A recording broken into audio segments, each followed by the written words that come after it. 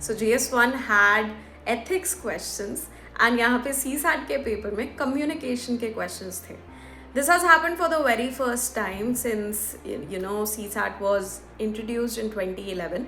So CSAT का अगर हम थोड़ा सा बेसिक लेवल पे एनालिसिस करें तो again this year it was quant heavy. 30+ questions quant से थे.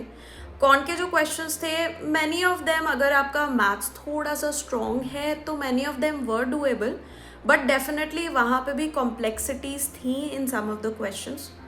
Then RC के questions compared to the previous 2 years, they were definitely more difficult. 4 statements तक आपको एनालाइज करना था. स्टेटमेंट 1 2 3 4 यहाँ तक के स्टेटमेंट्स थे एंड बहुत सारे क्वेश्चंस में इन्फरेंसेस एंड अजम्पशंस भी आपसे पूछे गए. So that was a little tricky. Moreover इस साल compare to last year the number of RC questions have dropped. So those students who used to depend on RC for clearing this CSAT, उनके लिए थोड़ा challenge रहा होगा. Reasoning के questions were easy, थोड़ा time taking थे but easy थे. तो अगर आपने अपने टाइम को प्रॉपरली डिस्ट्रीब्यूट किया होगा between RC and reasoning, high chances हैं कि आपका पेपर क्लियर होगा.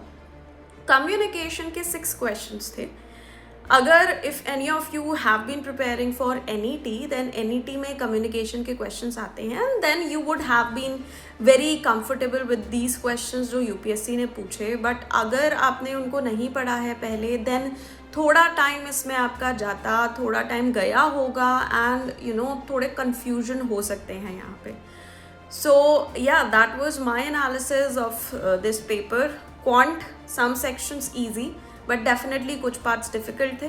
I wouldn't say कि 2023 का level था इस paper का, but yeah, it was slightly more difficult compared to 2024 and 2025.